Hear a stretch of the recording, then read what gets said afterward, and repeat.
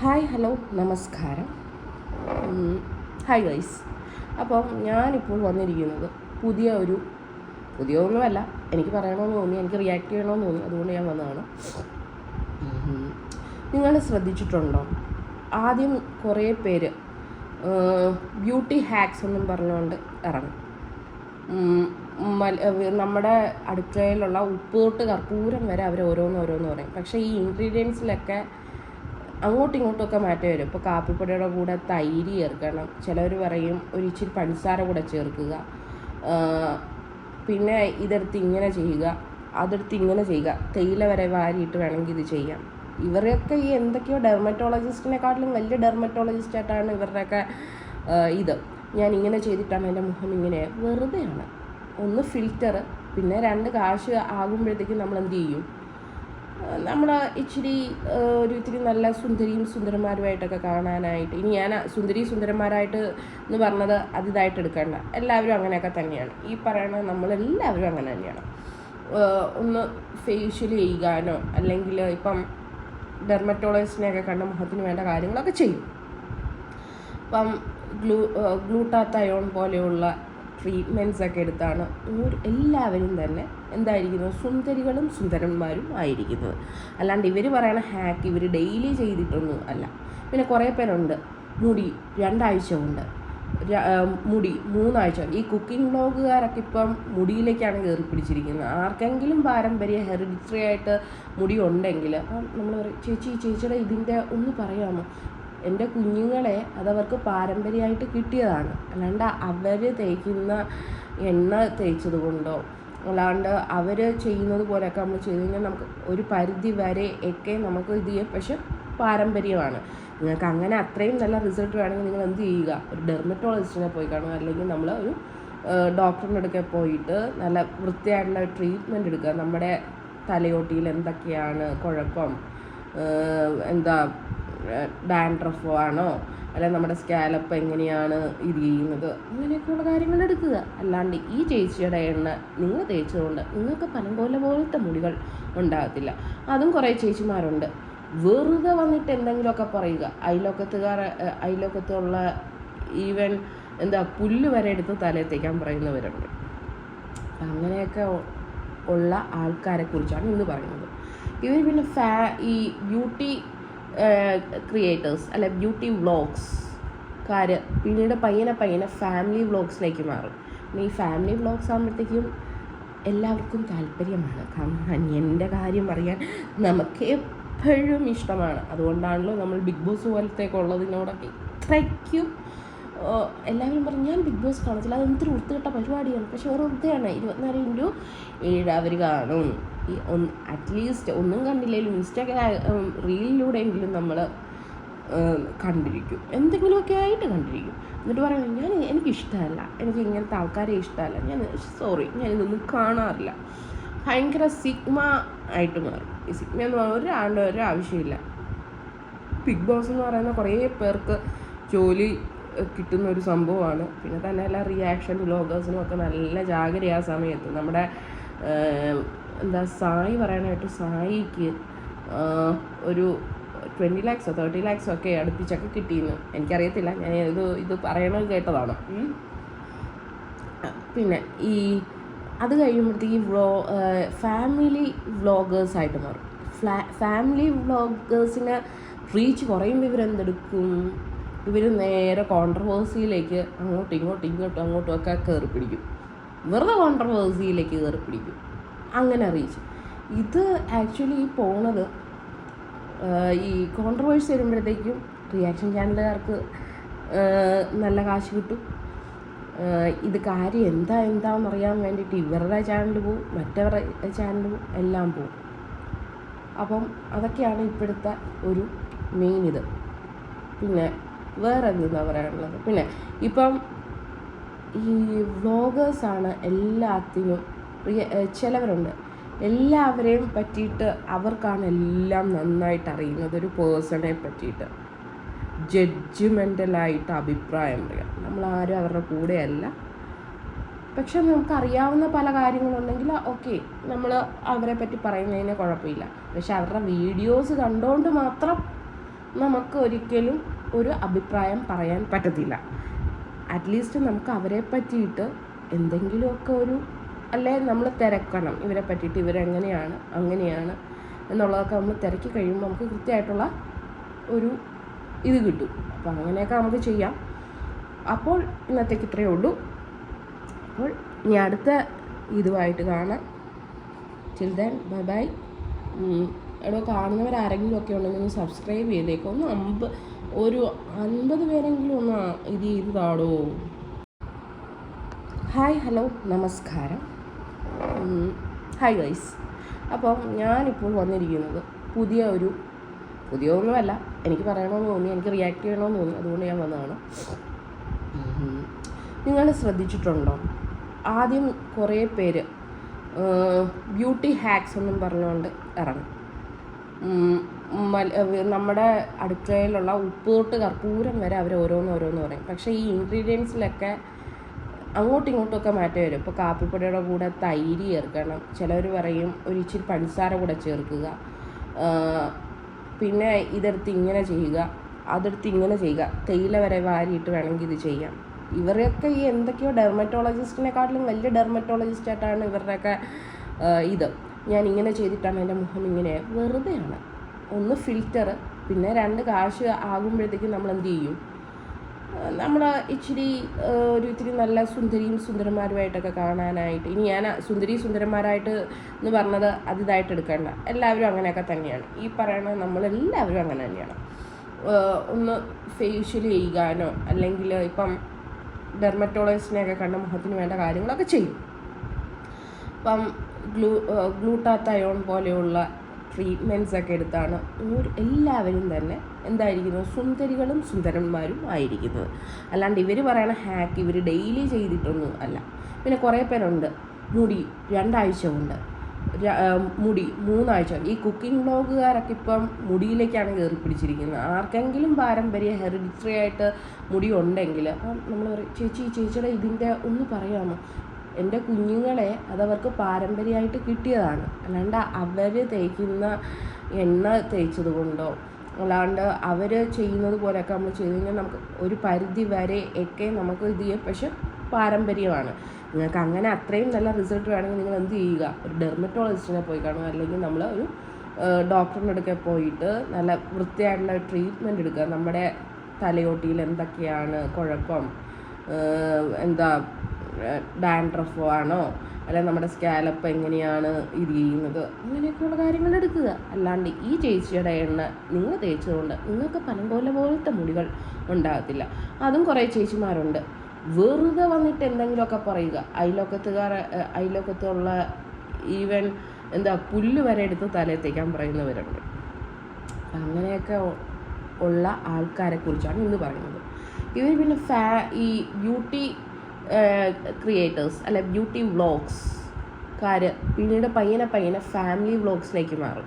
ഈ family vlogs ആകുമ്പോഴത്തേക്കും എല്ലാവർക്കും താല്പര്യമാണ്. കാരണം എൻ്റെ കാര്യം അറിയാൻ നമുക്ക് എപ്പോഴും ഇഷ്ടമാണ്. അതുകൊണ്ടാണല്ലോ നമ്മൾ ബിഗ് ബോസ് പോലത്തേക്ക് ഉള്ളതിനോടൊക്കെ ഇത്രയ്ക്കും എല്ലാവരും പറയും ഞാൻ ബിഗ് ബോസ് കാണത്തില്ല, അത് എന്തൊരു വൃത്തികെട്ട പരിപാടിയാണ്. പക്ഷെ വേറെ വൃത്തിയാണ്. 24/7 അവർ കാണും. അറ്റ്ലീസ്റ്റ് ഒന്നും കണ്ടില്ലെങ്കിലും ഇൻസ്റ്റാഗ്രാം റീലിലൂടെയെങ്കിലും നമ്മൾ കണ്ടിരിക്കും, എന്തെങ്കിലുമൊക്കെ ആയിട്ട് കണ്ടിരിക്കും. എന്നിട്ട് പറയണം എനിക്കിഷ്ടമല്ല, എനിക്ക് ഇങ്ങനത്തെ ആൾക്കാരെ ഇഷ്ടമല്ല, ഞാനിതൊന്നും കാണാറില്ല. ഭയങ്കര സിഗ്മ ആയിട്ട് മാറും. ഈ സിഗ്മ എന്ന് പറഞ്ഞാൽ ഒരാവശ്യമില്ല. ബിഗ് ബോസ് എന്ന് പറയുന്ന കുറേ പേർക്ക് ജോലി കിട്ടുന്ന ഒരു സംഭവമാണ്. പിന്നെ തന്നെ എല്ലാ റിയാക്ഷൻ വ്ളോഗേഴ്സിനും ഒക്കെ നല്ല ജാഗ്രത ആ സമയത്ത്. നമ്മുടെ സായി പറയാനായിട്ട് സായിക്ക് ഒരു 20 lakhs 30 lakhs ഒക്കെ അടുപ്പിച്ചൊക്കെ കിട്ടിയെന്ന് എനിക്കറിയത്തില്ല, ഞാൻ ഇത് പറയണമെന്ന് കേട്ടതാണ്. പിന്നെ അത് കഴിയുമ്പോഴത്തേക്ക് ഫാമിലി വ്ളോഗേഴ്സായിട്ട് മാറും.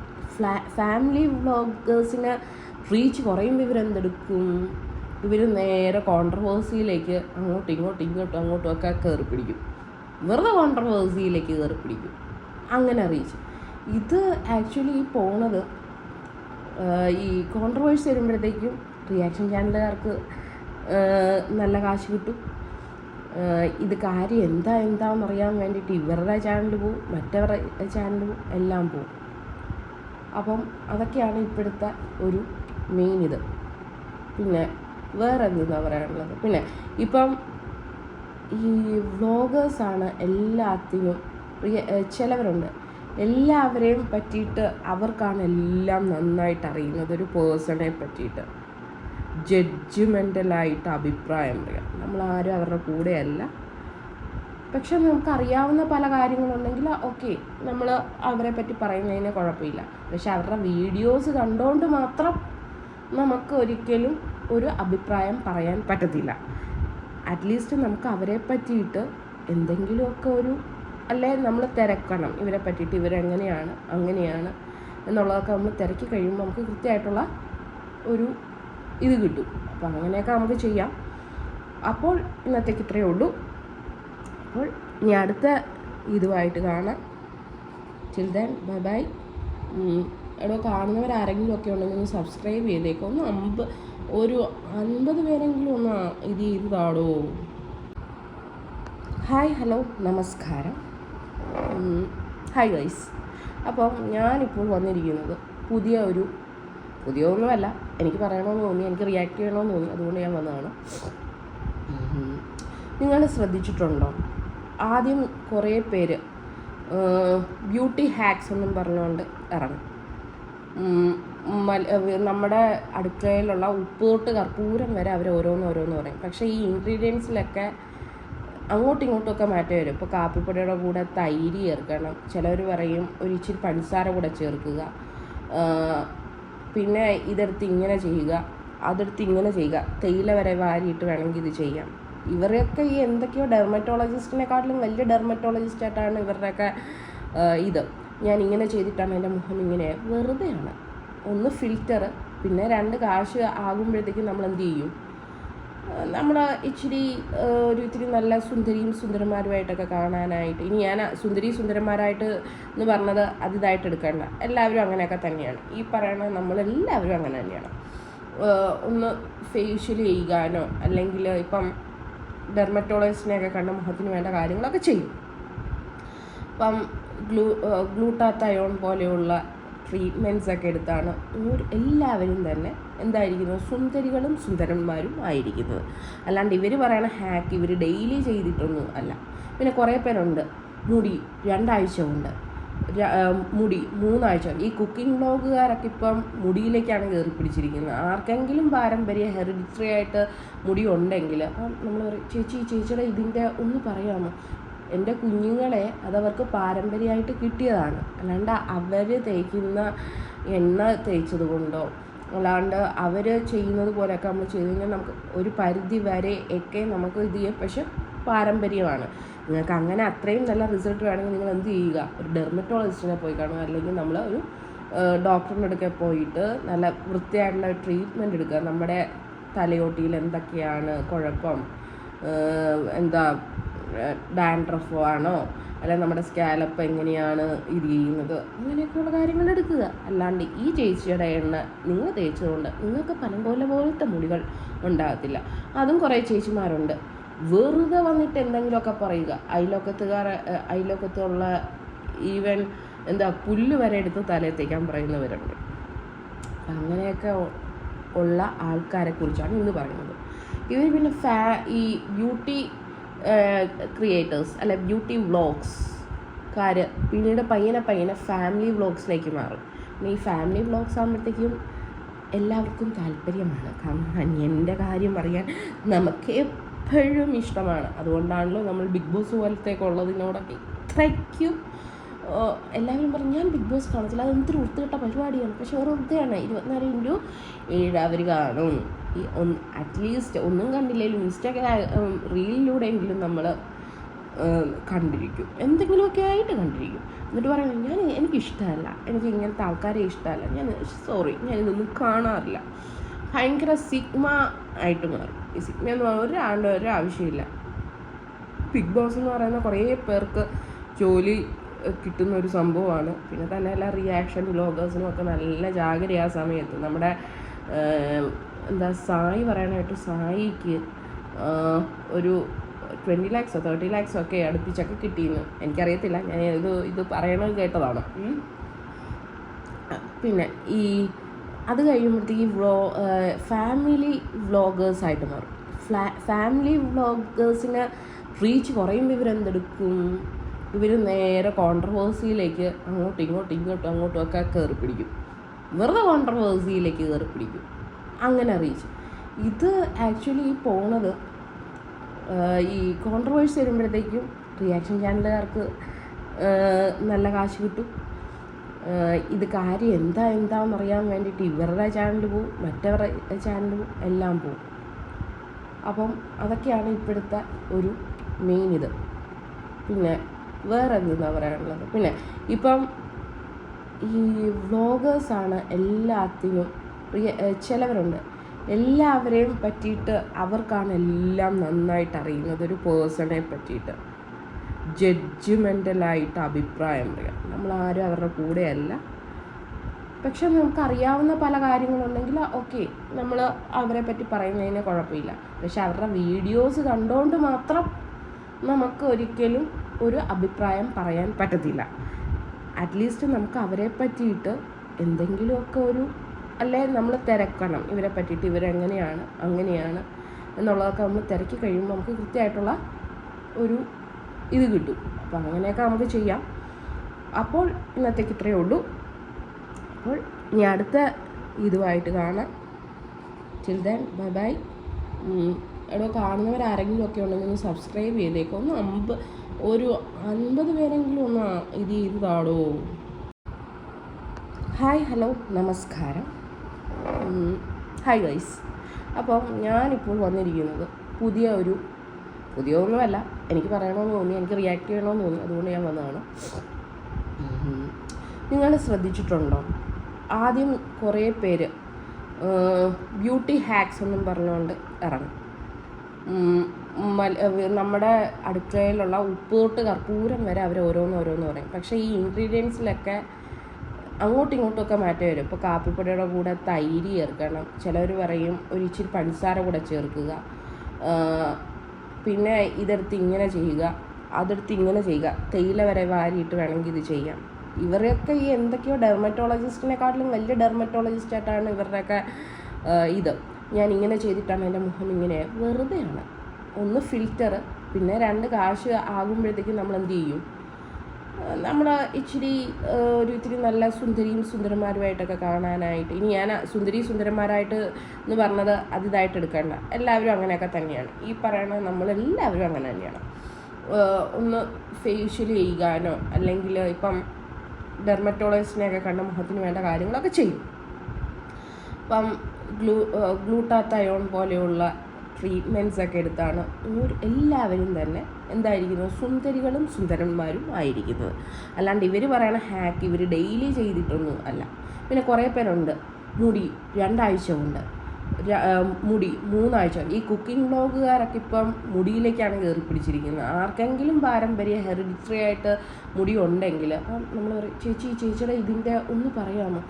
എൻ്റെ കുഞ്ഞുങ്ങളെ അതവർക്ക് പാരമ്പര്യമായിട്ട് കിട്ടിയതാണ്. അല്ലാണ്ട് അവർ തേക്കുന്ന എണ്ണ തേച്ചത് കൊണ്ടോ അല്ലാണ്ട് അവർ ചെയ്യുന്നത് പോലെയൊക്കെ നമ്മൾ ചെയ്ത് കഴിഞ്ഞാൽ നമുക്ക് ഒരു പരിധി വരെ ഒക്കെ നമുക്ക് ഇത് ചെയ്യാം. പക്ഷെ പാരമ്പര്യമാണ്.